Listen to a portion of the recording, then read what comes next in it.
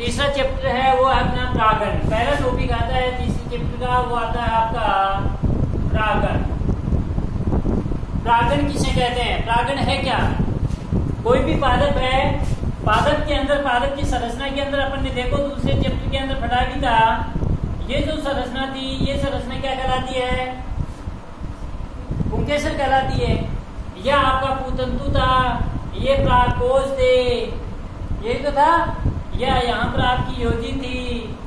प्राकोष है वो द्विपालित होते हैं, ये भी अपन ने पढ़ा था। इन प्राकोषों के अंदर प्राग कणों का निर्माण होता है। ये प्रागण है और इनके अंदर किसका निर्माण होता है? प्राग कणों का निर्माण होता है। ये प्रागण। अब अपन पढ़ेंगे प्रागण। प्रागण क्या है? जो एक पुंकेसर है, पुंकेसर के प्रागकोश हैं, प्रागकणों, प्रागकण निकलेंगे। जैसे ये प्रागकोश है, वो प्रागकोश आपके परिपक्व होंगे। प्रागकोश के परिपक्व होने पे प्रागकणों का है वो आपका निर्मोचन होता है, वो आपके स्वतंत्र होते हैं। और ये प्रागकण है, प्रागकण कोई भी पुष्प है, इस पुष्प के ये अंडक वाला भाग है, पुष्प का ये अंडक वाला भाग अपन ने पढ़ा था। ये अंडक वाला भाग है, इस अंडक वाले पूरा अंडक है, अंडक वाले भाग ऊपरी भाग क्या कहलाया था अपना? वर्तिकाग्र। ये यहाँ से यहाँ तक का क्या कहलाया था मेरे? वर्तिका। ये तो कहलाया था ना। और ये क्या कहलाया था आपका? अंडाशय। पूरा है ये आपका अंडक है। तो अंडक के किस भाग से? वर्तिकाग्र से। प्रागकोश के स्फुटन के बाद प्रागकण निकल के किसके ऊपर आ रहे हैं? वर्तिकाग्र के ऊपर। यानी प्रागकणों का वर्तिकाग्र के ऊपर पहुंचना या प्रागकणों के वर्तिकाग्र के ऊपर स्थानांतरण की क्रिया ही क्या कहलाती है? क्या कहलाती है? प्रागण कहलाती है। समझ में आ गया बात? यानी कोई भी पादप है, किसी भी पादप के जो पुंकेसर है, ये किसी भी पुंकेसर है, पुंकेसर से प्रागकणों का, पुंकेसर से प्रागकणों का अंडक के वर्तिकाग्र पर स्थानांतरण की क्रिया ही क्या कहलाती है? प्रागण कहलाती है। बेटे जो प्रागण की क्रिया है, ये प्रागण की क्रिया दो प्रकार की है। प्रागण की क्रिया दो है, दो प्रकार से है। एक है आपका स्वयं प्रागण और दूसरा है पर प्रागण। स्वयं प्रागण यानी सेल्फ। सेल्फ का मतलब अपने आप में, अपने आप में। स्वयं प्रागण, स्वयं प्रागण किसे कहेंगे? स्वयं प्रागण। और एक है आपका पर प्रागण। पर प्रागण क्या है? स्वयं प्रागण तो किसे कहते हैं? स्वयं प्रागण या तो कोई पादप है, किसी पादप के पुष्प का, पुष्प के प्रागकणों का उसी पुष्प, वही पुष्प है, उसी पुष्प की वर्तिकाग्र पर पहुंचना, अथवा उसी पादप के, पादप वही है लेकिन पुष्प आपका दूसरा हो सकता है, दूसरे पुष्प की वर्तिकाग्र पर पहुंचना क्या कहलाता है? स्वयं प्रागण कहलाता है। ये बेटे देखो अपना पादप है, ये पादप है,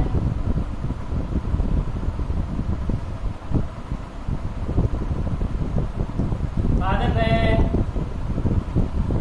ये इसका पुष्प है, पुष्प है,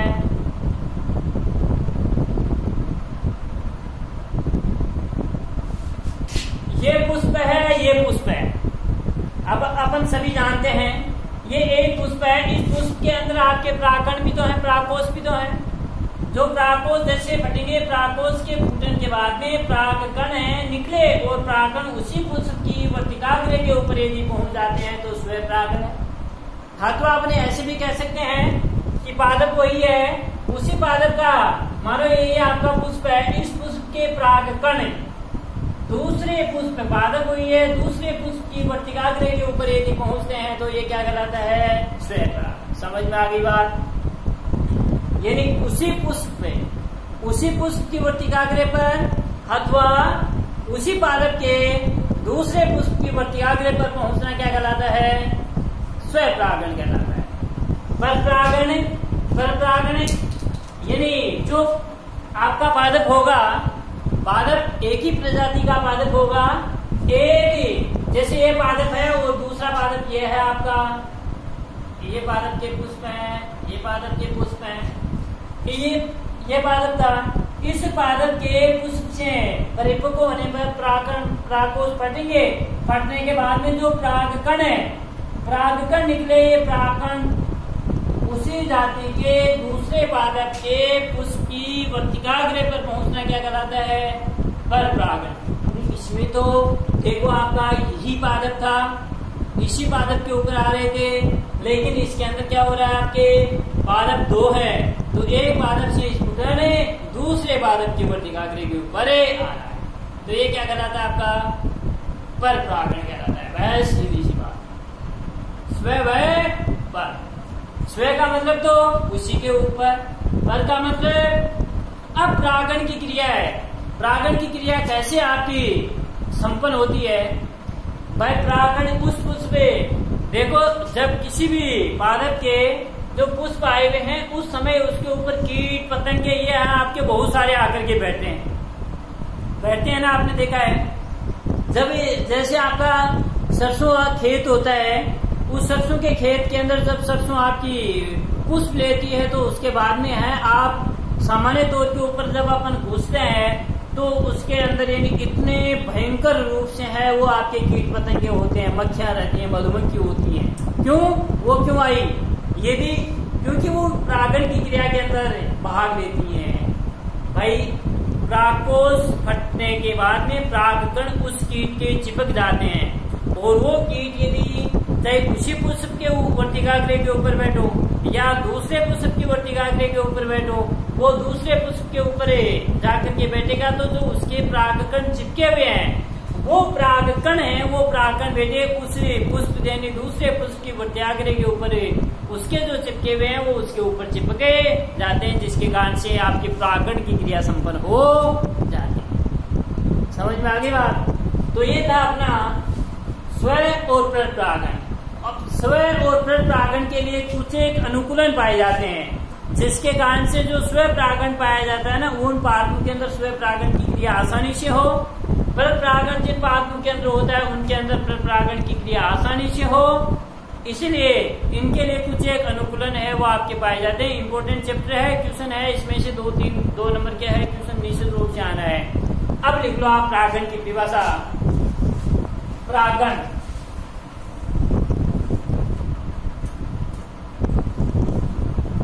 परागण क्या है? देखो, पुंकेसर के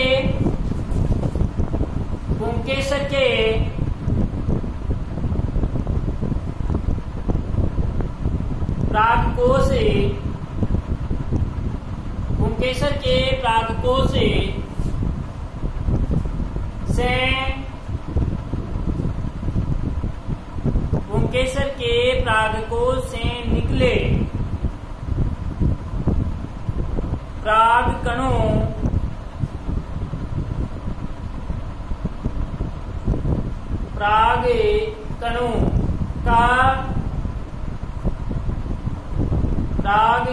का अंडक की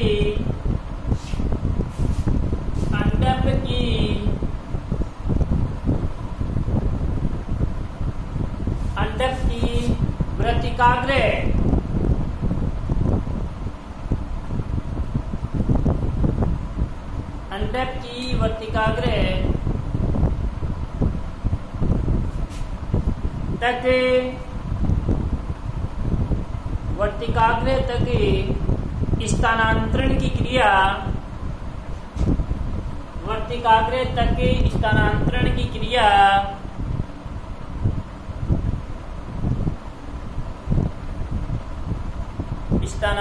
की क्रिया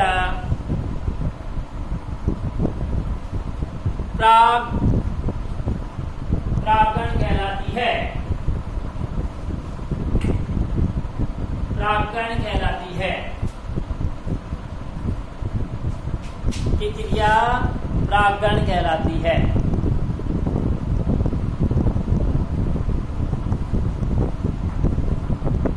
जरा चेंज करके लिखना, प्रागण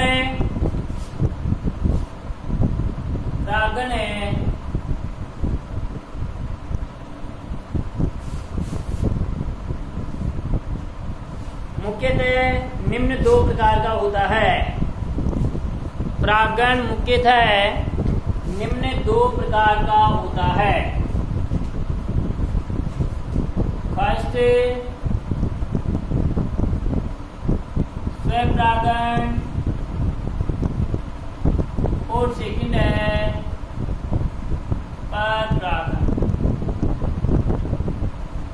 स्वपरागण व परपरागण, सेल्फ पॉलिनेशन और क्रॉस पॉलिनेशन। पहला है आपका स्वपरागण, इसके बारे में मैंने बता दिया है। स्वपरागण क्या है, परपरागण क्या है। स्वपरागण फर्स्ट, स्वपरागण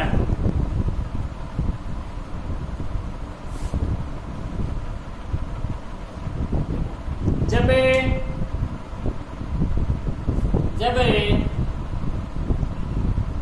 एक पुष्प के परागकण, जब एक पुष्प के परागकण, जब एक पुष्प के परागकण उसी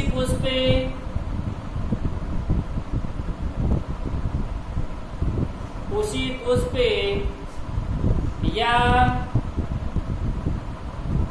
उसी पादप के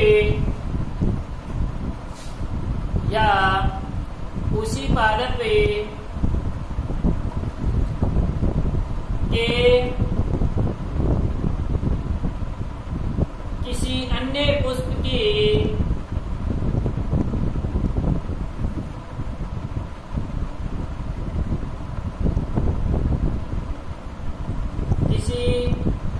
पुष्प की वर्तिकाग्र तक,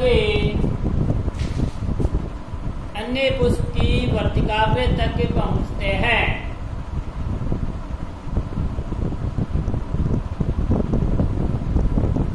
वर्तिकाग्र तक पहुंचते हैं तो इस क्रिया को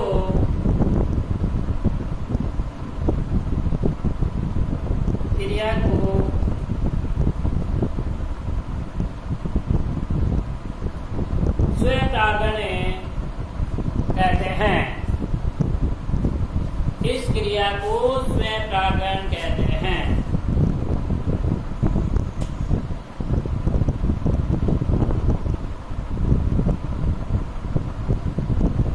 जरा चेंज करके लिखना है,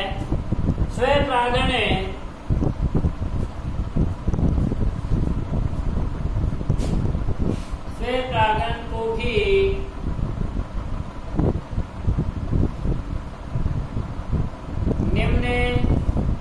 दो भागों में स्वपरागण को भी निम्न दो भागों में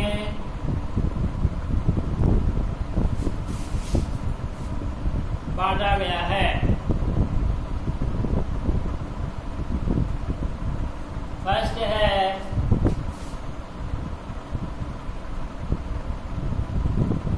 स्वयुग्मक और सेकंड है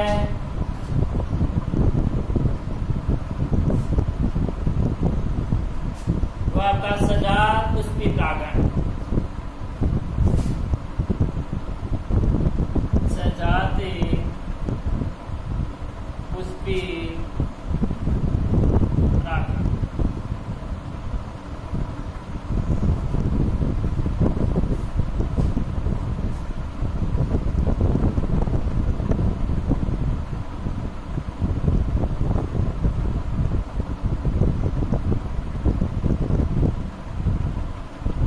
स्वयुग्मक को किसे कहते हैं, मैंने परिभाषा बता दी थी अभी।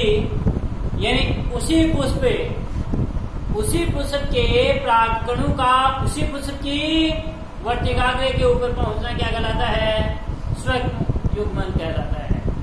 और सजात यानी पादप आपका वही है लेकिन पुष्प आपका दूसरा हो सकता है, उसके ऊपर पहुंचने की क्रिया क्या कहलाती है? सजात पुष्पी परागण कहलाता है। फर्स्ट देखो मेरे स्वक युग्मक इसको ऑटोगेमी कहते हैं।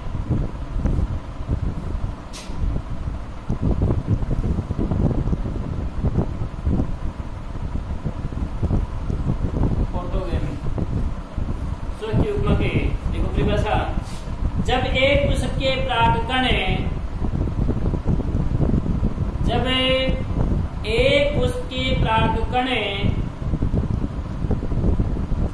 उसी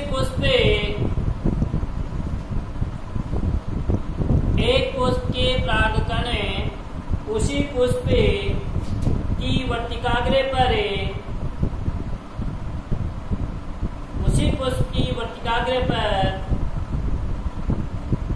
गिरते हैं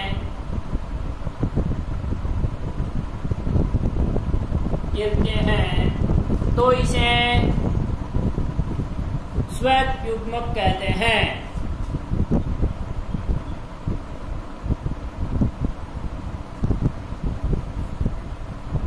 स्वक युग्मक कहते हैं यानी उसी पुष्प के जो परागकण है वो परागकण उसी पुष्प की वर्तिकाग्र के ऊपर यदि गिरते हैं तो उसको क्या कहते हैं? अपने स्वक युग्मक कहते हैं।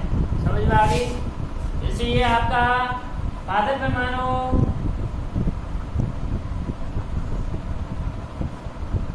ये पादप है,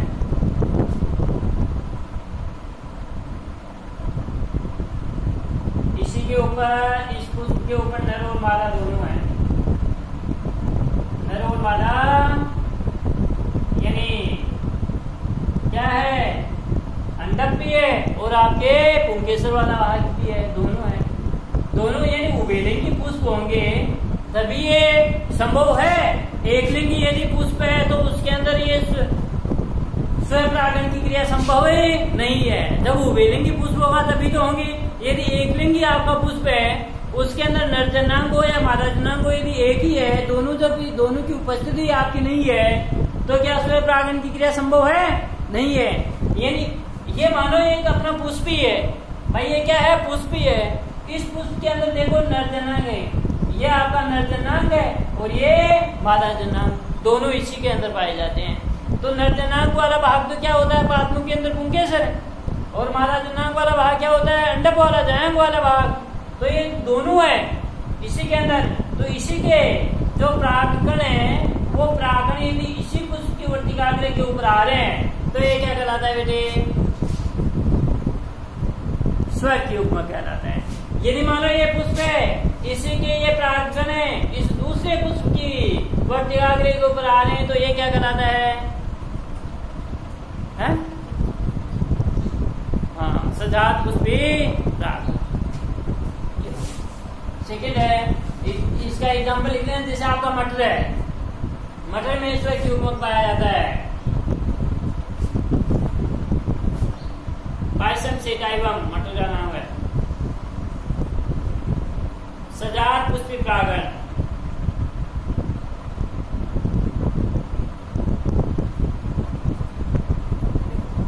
जब एक पुष्प के परागकण जब एक पुष्प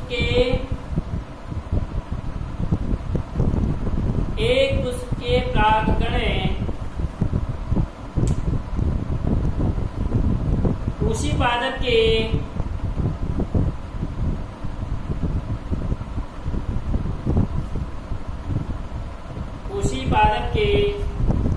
किसी दूसरे पुष्प की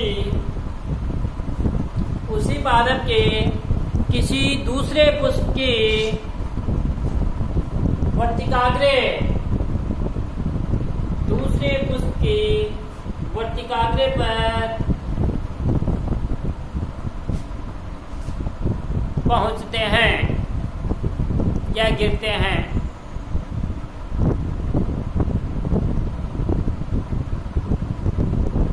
पहुंचते हैं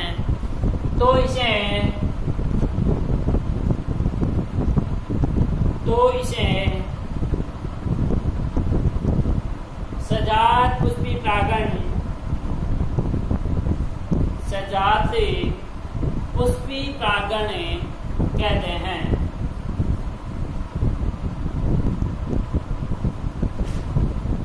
देखो ये तो आपका क्या हो रहा है, स्व प्रागण स्वयुग्मक हो रहा है यहाँ पर, तो स्वयुग्मक। और यदि इस पुष्प के प्राकरण है वो प्राकरण इसके ऊपर यदि जा रहे हैं तो ये क्या कहलाया, सजाते पुष्पी प्राकरण। इसको भी बना लो जिसके कारण से ध्यान रहे, बना लो इनको भाई। ये तो उसी पुष्प के जो प्राकरण है उसी पुष्प की वर्तिका करेंगे और इसमें एक पुष्प के प्राकरण दूसरे पुष्प की वर्तिका के ऊपर पहुंचते हैं।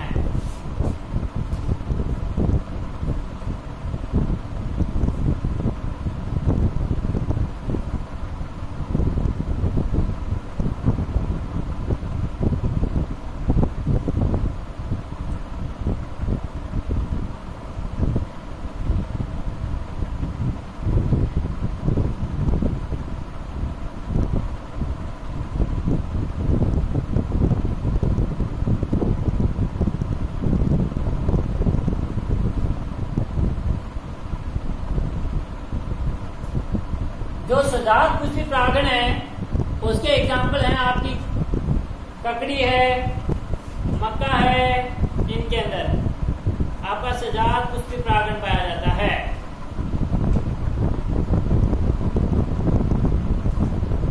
मक्का, ककड़ी आदि।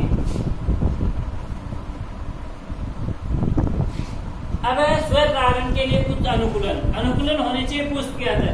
अब पुष्प मानो यदि एकलिंगी पुष्प है तो क्या आपका स्व प्रागण हो सकता है क्या भाई? एक पुष्प में ये नर जन्नांग हो या मादा जन्नांग हो, यदि दोनों में से यदि एक ही है, एक जन्नांग यदि पुष्प के अंदर है, दोनों उपस्थित ही नहीं है तो क्या स्व प्रागण हो सकता है?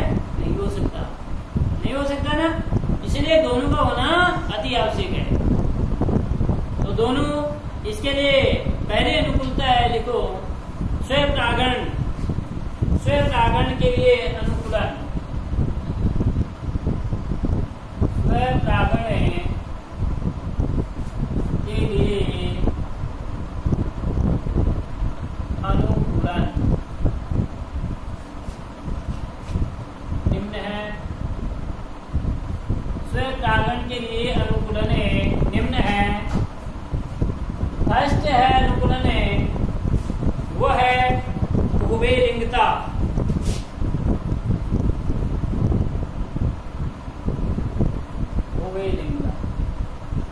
उभयलिंगता का मतलब है जो पादप का पुष्प है उसके यानी ये उभयलिंगी होना चाहिए। नर जन्नांग और मादा जन्नांग जिसके अंदर एक ही होते हैं, जैसे उभयलिंगी जीव किसे कहते हैं? जिसके अंदर नर जन्नांग और मादा जन्नांग एक ही जीव के अंदर पाए जाते हैं। ऐसा कोई जीव है जिस जो उभयलिंगी है? एग्जाम्पल बता सकते हो आप? उभयलिंगी जीव का एग्जाम्पल बता सकते हो जिसमें यानी नर जन्नांग और मादा जन्नांग दोनों एक ही जीव के अंदर पाए जाते हैं? मेंढक है? मेंढक बेटे आपका उभयलिंगी नहीं है। मेंढक उभयलिंगी नहीं है, मेंढक आपका एकलिंगी है। देखो मेंढक आपने देखा होगा, मेंढक के लार्वा आपने देखे होंगे, जो तालाब होता है उसके अंदर। आप कैसे कह दिया कि मेंढक आपका एकलिंगी है? उभयलिंगी है, सॉरी उभयलिंगी नहीं है मेंढक। मादा मेंढक आता है, पहले क्या आता है? जो तालाब होता है, इस तालाब के अंदर आपका मादा मेंढक आता है और मादा मेंढक क्या करता है? तालाब की सतह के ऊपर, पानी की सतह के ऊपर अपने जो अंडे हैं वो आपके छोड़ के जाते हैं। पीछे से नर मेंढक आता है और नर मेंढक आकर के स्पर्म छोड़ के जाता है, जिसके कारण से जो फर्टिलाइजेशन की क्रिया होती है वह आपका एक माध्यम के अंदर संपन्न होती है। चाहे किसी भी जीव के अंदर देखो तो पानी की सतह के ऊपर उनके अंदर फर्टिलाइजेशन होता है, निषेचन की क्रिया वहां पर होती है। हालांकि मेंढक के अंदर, मेंढक के शरीर के अंदर निषेचन की क्रिया नहीं होती है, शरीर के बाहर निषेचन की क्रिया संपन्न होती है, और शरीर के बाहर जो फर्टिलाइजेशन की क्रिया होती है वो कहाँ पर होती है? जल के अंदर होती है। भाई जल में ही तो है ना, जल की सतह के ऊपर होती है। फिर वहां पर केस का निर्माण होता है, आपके टेडपोल लार्वा का निर्माण हो जाता है, और वहां से फिर छोटे छोटे अंडे आपके निकले बहुत सारे निकल आते हैं। निषेचन फर्टिलाइजेशन है वो आपका दो प्रकार का होता है, एक बाह्य निषेचन है और दूसरा आपका आंतरिक निषेचन है। बाह्य निषेचन तो किसे कहते हैं? ऐसा निषेचन है जो जीव के शरीर के बाहर किसी माध्यम के अंदर होता है। माध्यम की तो आवश्यकता पड़ेगी, बिना माध्यम के चाहे वायु माध्यम ही होना, माध्यम में संपन्न होता है तो उसको तो अपन बाह्य निषेचन कहते हैं। और आंतरिक निषेचन ऐसा निषेचन है जो शरीर के किसी भी जीव के शरीर के अंदर संपन्न होता है, यानी नर युग्मक और मादा युग्मक यदि किसी जीव के शरीर के अंदर आपस के अंदर संयुग्मित होते हैं, मिलते हैं, तो उसको अपन आंतरिक निषेचन कहते हैं। तो मेंढक है आपका उभयलिंगी नहीं है, मेंढक शरीर एकलिंगी है। हाँ, मेंढक बाह्य निषेचन करता है, मेंढक आंतरिक निषेचन मेंढक नहीं करता है। आपने सुना होगा जो केंचुआ होता है, केंचुआ आपका उभयलिंगी प्राणी है। केंचुआ क्या है? उभयलिंगी प्राणी है। आपने 11th के अंदर पढ़ा भी है।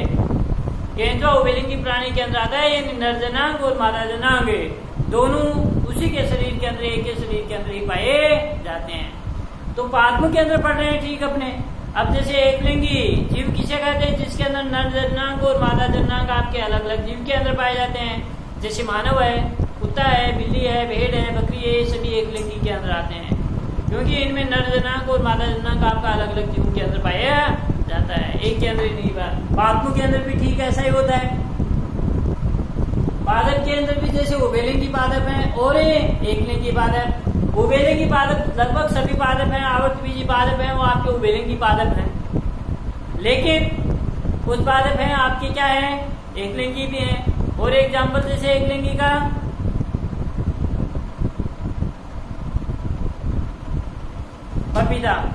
पपीता आपका एकलिंगी पादप है, ये द्विलिंगी नहीं है। तो एक पादप पे अब आप पहचान नहीं पाओगे कि पपीता है, पपीता आपका एकलिंगी पादप है, लेकिन इसमें नर पादप कौन सा है और मादा पादप कौन सा है कैसे पता चले? जिस पादप के ऊपर यानी फल लगते हैं, सदैव फल लगते हैं, क्योंकि अंडाशय होता है। अंडाशय किसमें परिवर्तित होता है? पादप के अंदर फल में। फल जिस पादप के अंदर लगते हैं उस पादप को है वो आपका मादा पादप होता है, और जिसके अंदर फल नहीं लगते हैं वो कौन सा है? नर पादप होता है। तो मादा पादप कौन सा? और जिसके ऊपर पादप के ऊपर यानी ऊपर लगते हैं मोर टाइप में लंबी लंबी टहनी के द्वारा, लेकिन उसके फल नहीं लगते, तो वो कौन सा है? नर पादप होता है।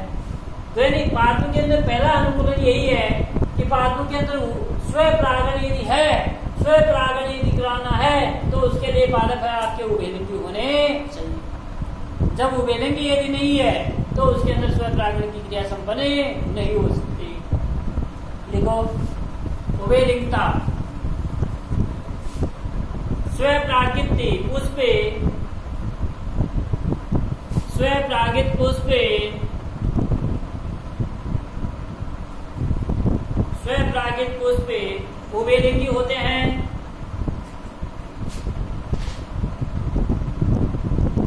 स्वपरागित पुष्पे उभयलिंगी होते हैं, अर्थात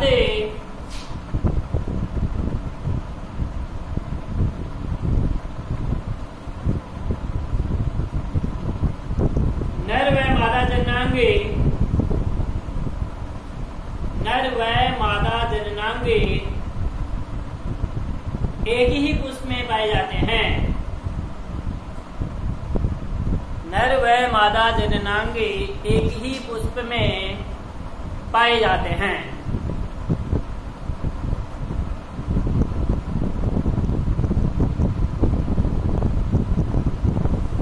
एक ही पुष्प में पाए जाते हैं। एग्जाम्पल जैसे आपका मटर,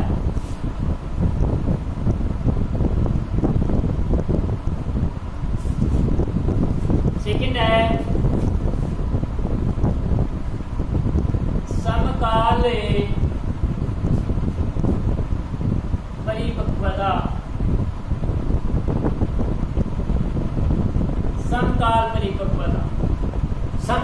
परिपक्वता मतलब यानी जो नर जननांग है और मादा जननांग है दोनों का परिपक्व होने का समय क्या होना चाहिए, सेम होना चाहिए। अब ये देखो ये आपका पुष्प है, मान लो ये पुष्प है, इसके अंदर नर और मादा जननांग दोनों एक ही पुष्प के अंदर है।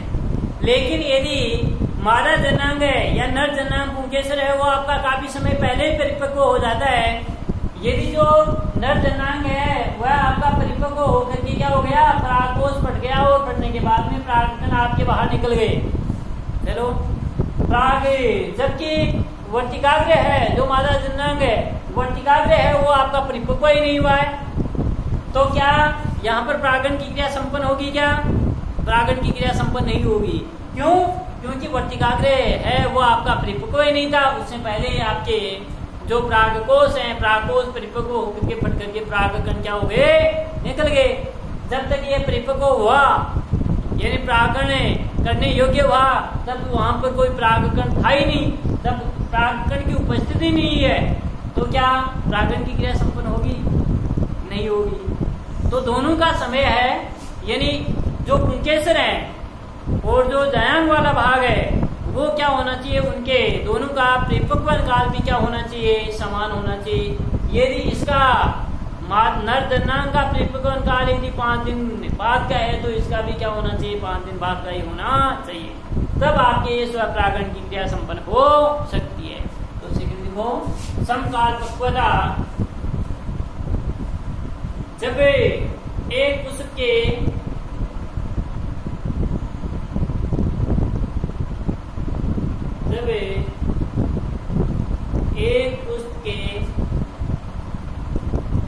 या स्वयं परागित पुष्पों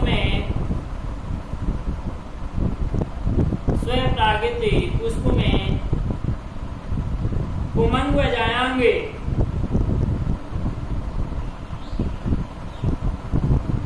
एक साथ परिपक्व होते हैं। पुमंग व जायांग एक साथ परिपक्व होते हैं तो इसे समकाल पक्वता कहते हैं।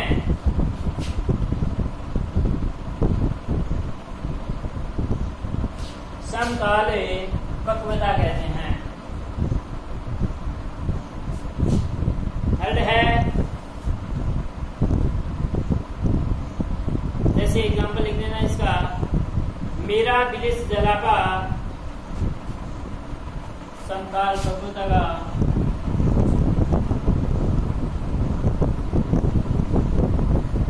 मेरा बिलिस जलापा सदाबहार आदि।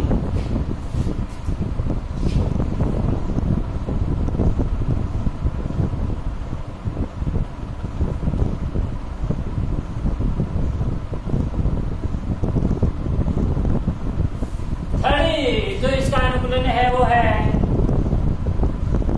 अनुनमिलिता।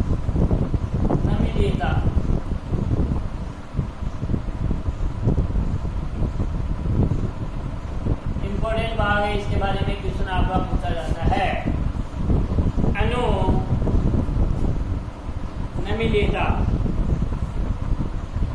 अनुनमिलिता क्या है, यानी कुछ पादपों के पुष्प ऐसे होते हैं जिनके अंदर पुष्प हैं वो कभी खिलते हैं ही नहीं। यानी मानो ये पुष्प है तो इस पुष्प के अंदर नर जननांग और मादा जननांग दोनों हैं। अब ये पुष्प है,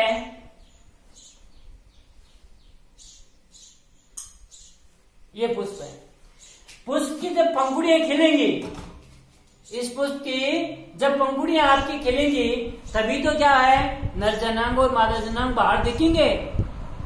कुछ पादपों के अंदर ऐसे पुष्प भी होते हैं जिनके अंदर कभी पंखुड़ियां खुलती नहीं है, पंखुड़ियां हैं वो खिलती नहीं है। पुष्प क्या रहता है, एक बंद कवच के आकार का होता है। ये भाई चारों ओर से क्या है, कवच कर रखा है, अर्थात इस कवच के अंदर ही तो नर जननांग और मादा जननांग तो आपके इस कवच के अंदर ही तो उपस्थित है, बाहर थोड़े ही है। तो इनके अंदर अब क्या होगा, क्या परागण होगा क्या इनके अंदर, क्या किसी दूसरे पुष्प के, इस पुष्प के परागकण इसके ऊपर आकर के परागण की क्रिया कर लेंगे क्या? कर लेंगे? नहीं कर पाएंगे, क्योंकि ये तो बंद है, आवृत है, ये तो बंद है चारों ओर से। कैसे? इस कारण से अब इसी पुष्प के अंदर ये नर जनांग मादा जनांग तो दोनों इसी के अंदर तो है ना भाई, मादा जनांग और नर जनांग दोनों इसी के अंदर हैं। जबकि बाहर से खुल नहीं रहा है तो स्वयं परागण होने के लिए मजबूर होगा या नहीं होगा? भाई इसी के अंदर तो क्या है? परागकोश है, और इसी के अंदर क्या है? ये वर्तिकाग्र है। अब ये परागकोश स्फुटन हो गया, परिपक्व होकर के फट गए, मानो फटने के बाद में परागकण बाहर निकले, तो ये क्या बाहर जाएंगे क्या? नहीं, बाहर तो कवच है, उसको घेर रखा है चारों ओर से। तो ये परागकण किसके ऊपर जाएंगे बेटे? इस वर्तिकाग्र के ऊपर पहुंच जाएंगे। तो वर्तिकाग्र के ऊपर पहुंच गए, इसका मतलब इस पुष्प में स्वयं परागण हुआ या नहीं हुआ? भाई उसी पुष्प के तो परागकण थे ना, तो स्वयं परागण हो गया। तो कुछ पादप ऐसे हैं, इन पादपों के पुष्प कभी खिलते नहीं है, सदैव बंद आवृत रहते हैं। तो इस क्रिया को क्या कहते हैं अपन? अनुनम्लीयता कहते हैं। देखो, कुछ पादपों में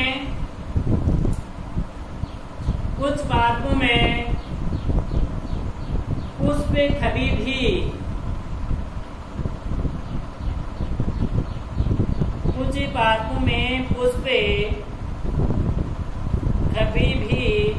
खिलते नहीं हैं। कुछ पादपों में पुष्प कभी भी खिलते नहीं हैं। ये हमेशा बंद अवस्था में ही रहते हैं। ये हमेशा बंद अवस्था में ही रहते हैं।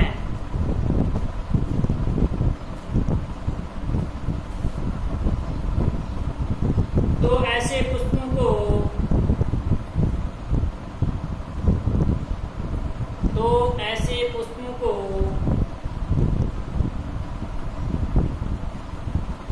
अनुनम्लीय पुष्प कहते हैं। ऐसे पुष्पों को अनुनम्लीय पुष्प कहते हैं। अनुनम्लीय पुष्प कहते हैं।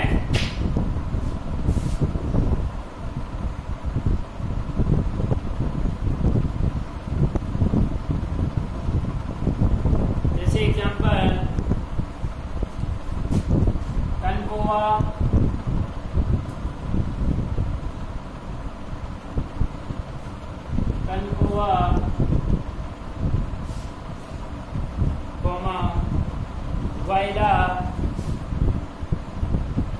वायोला और जंक्स आदि एग्जाम्पल भी याद रखना इनको।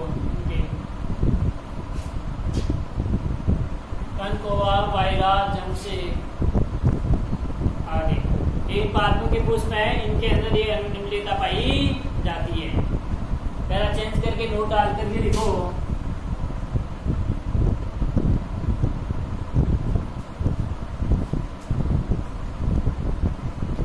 अनुनम्लीय पुष्पों में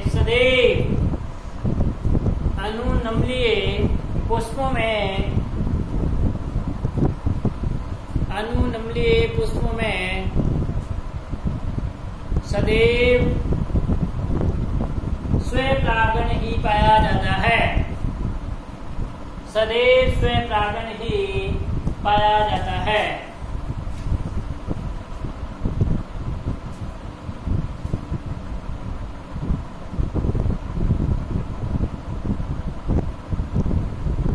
स्वयं परागण ही पाया जाता है। ये थे इसके लिए अनुकूलन। स्वयं परागण किसे कहते हैं? स्वयं परागण के लिए अनुकूलन कौन कौन से हैं? कोई दो अनुकूलन लिखिए क्वेश्चन, इसमें से 100% आपका पूछा जाएगा। उभयलिंगता किसे कहते हैं? यानी जिसके अंदर यानी ऐसे पुष्प मादा जिनके अंदर नर जनांग और मादा जनांग एक में ही पाए जाते हैं। समकाल पक्वता जिसके अंदर नर जनांग और मादा जनांग दोनों समान समय पर क्या हो, परिपक्वन काल दोनों का क्या हो, समान हो। अनुनप्रियता कुछ पादप ऐसे होते हैं जिनके पुष्प कभी भी खिलते नहीं है। खिलते का मतलब पंखुड़ियां खिलेंगी एक तो, जैसे ये पादप है, वायला है, जंक्स है, कनकोवा है, इनके पुष्प कभी भी आपके खिलते नहीं है बंद अवस्था में। जब पुष्प बंद अवस्था में है तो स्वयं परागण ही होगा। पर परागण कहाँ से होगा, क्या पर परागण होगा, क्या नहीं होगा, तो स्वयं परागण की क्रिया आपकी संपन्न होगी। तो ये इसके लिए क्या थे, अनुकूलन थे। अब आता है अपना क्या, पर परागण। ठीक है, पर परागण, पर परागण